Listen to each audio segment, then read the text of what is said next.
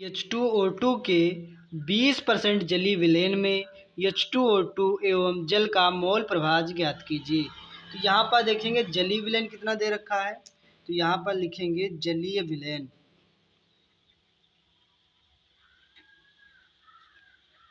जलीय विलयन जो दे रखा है वो आपका दे रखा जलीय विलयन कितने परसेंट है, वह है 20%। कितने परसेंट? 20% दे रखा है। उसके बाद क्या कह रहा है कि H2O2 और बता रहा है H2O2 एवं जल का मोल प्रभाज ज्ञात कीजिए, मतलब जल का मोल प्रभाज ज्ञात कीजिए। और H2O2 तो यहाँ पर दे रखा है आपको है H2O2 जो आपका भी दे रखा है वो कितना दे रखा है, 20% दे रखा है।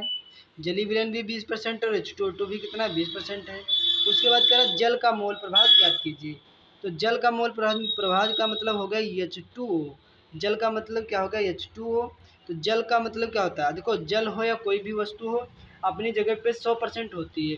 तो 100 में से जब 20% चला जाएगा तो कितने परसेंट बचेगा, 100 में से जब 20% जाएगा तो यहाँ बचेगा 80%। कितना परसेंट बचेगा, 80% बचेगा। अब हम क्या निकालेंगे, अब हम निकालेंगे NH2O। NH2O का मतलब हो गया विलय, मतलब N का मतलब हो गया विलय के मोलों की संख्या। N का मतलब हो गया नंबर, N का मतलब हो जाता है नंबर। नंबर का मतलब हो गया विलय के मोलों की संख्या। कितना विलय है, मतलब पानी जो है कितना विलय है। तो विलय है तो यहाँ पर देखेंगे, तो यहाँ पर विलय कितना है, तो 80% है। और इसका निकालेंगे, जो जल का निकालेंगे अणुभार। क्या निकालेंगे, तो जल का निकालेंगे अणुभार। तो यहाँ लिखेंगे अणुभार। अणुभार, तो अणुभार किसका निकालेंगे, जल का।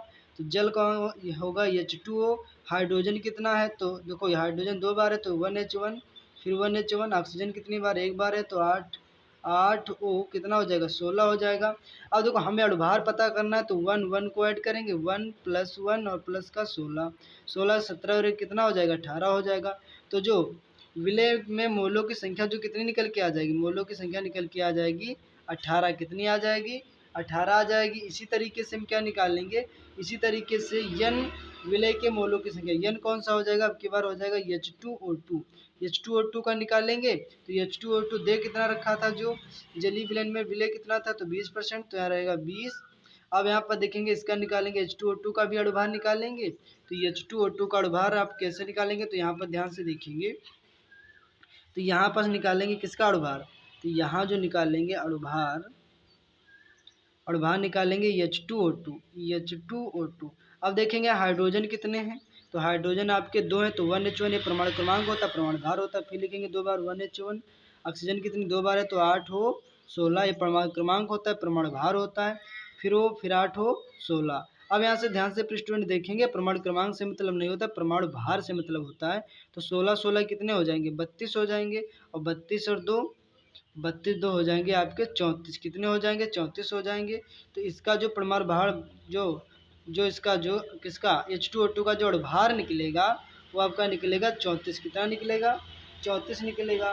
सवाल में क्या कह रहा था, सवाल में बोल रहा था क्या कीजिए, जल का मोल प्रभाज ज्ञात कीजिए। किसका, जल का मोल प्रभाज ज्ञात कीजिए। तो जल का मोल प्रभाज ज्ञात करेंगे तो यहाँ पर लिखेंगे क्या, तो यहाँ पर लिखेंगे H2O बराबर लिखेंगे N का मतलब समझ गए होंगे कि विलय के मोलों की संख्या। ऊपर लिखेंगे H2O, जिसका निकालेंगे ऊपर रहेगा H2O। फिर यहाँ पर लिखेंगे NH2O और प्लस का लिखेंगे H2O2। अब यहाँ ध्यान से, ये हो गया आपका फार्मूला हो गया। इस फार्मूले से हम क्या निकालेंगे, जल का मोल प्रभाज को फाइंड कर लेंगे। तो यहाँ पर ध्यान से देखेंगे H2O ऐसे ही रहेगा। NH2O कितना दे रखा है, क्या आपका NH2O दे रखा है 18, 80/18। इसको पहले क्या करेंगे, थोड़ा इसको सॉल्व कर लेंगे। क्या करेंगे सॉल्व, तो इसको काटेंगे तो 2 9 18 हो जाएगा, 2 चक्कू 8 हो जाएगा, 2 सिफड़े सिफड़ हो जाएगा। देखो 2 9 18, 2 चक्कू 8, 2 सिफड़े सिफड़।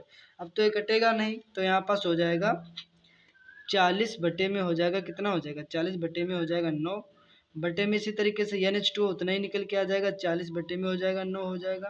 प्लस NH2O कितना दे रखा है, NH2O दे रखा है 20/34। इसको भी काटेंगे तो 2 1 कम 2 हो जाएगा, 2 सिफड़े सिफड़, 2 1 कम 2, 2 7 14।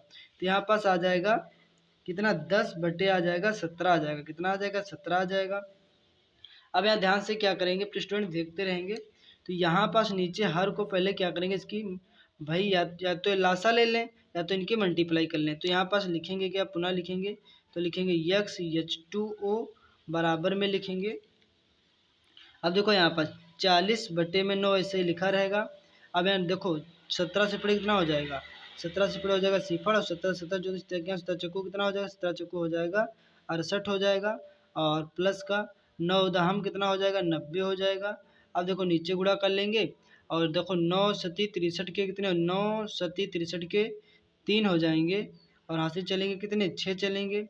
फिर देखो 9 कम 9 और 9 6 कितना हो जाएगा 15 हो जाएगा, कितना हो जाएगा 15 हो जाएगा। उसके बाद यहाँ क्या करेंगे, ध्यान से देखेंगे स्टूडेंट्स।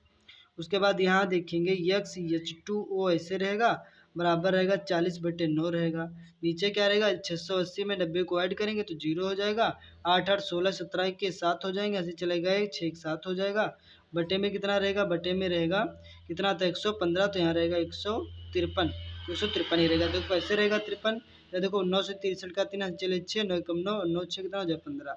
अब यहाँ से क्या हो जाएगा, ध्यान से देखेंगे तो ये जो आपका लिखा रहेगा, तो यहाँ पर लिखा रहेगा X बराबर में रहेगा 40/9 रहेगा। गुड़े वाला कहाँ जाएगा, जो बटे में लिखा हुआ है बटे वाला गुड़े में जाएगा तो 153 कहाँ हो जाएगा, 153 जो हो जाएगा ऊपर हो जाएगा और 777 कहाँ हो जाएगा नीचे। तो 0 से 0 कट जाएगा, कटेगा 0 से 0।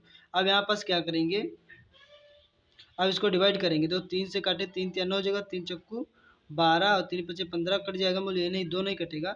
अब यहाँ से क्या कर लेंगे, इनको एक पास लिख लेंगे, गुणा कर लेंगे, फिर इसको भाग दे देंगे, राइट आंसर आ जाएगा। अब इसकी गुणा कर लेंगे तो यहाँ पर देखेंगे X ऐसे ही लिखा रहेगा। अब यहाँ से देखेंगे 4 दूना कितना हो जाएगा 8 हो जाएगा, 5 चक्कू 20 का 0 हो जाएगा, यहाँ से चलेंगे 2 4 1 कम 4 2 कितना हो जाएगा 6 हो जाएगा। बटे में हो जाएगा 9 सती 63 का 3 हो जाएगा, यहाँ से कितने चलेंगे 6 चलेंगे, 9 सती 63 और 63 और 6 63 6 हो जाएगा 69। अब यहाँ से क्या करेंगे, यहाँ से अब इसको क्या कर देंगे भाई डिवाइड कर देंगे और डिवाइड करने पर पूरा पूरा जाएगा कट जाएगा कि 0.88 आएगा। तो ये 0.8 के बाद 7 7 3 4 दिखाता होगा, तो ये आपका राइट आंसर आ जाएगा X यहाँ पास आएगा 0.88। आखिरी में भी काफ़ी आएगा 3 4 करके आएगा, तो यही हमारा क्या हो जाएगा राइट आंसर हो जाएगा। ये आपका क्या हो चुका है, ये आपका फाइनली आंसर आ चुका है। तो ये जो न्यूमेरिकल है आप सभी के समझ में आया होगा।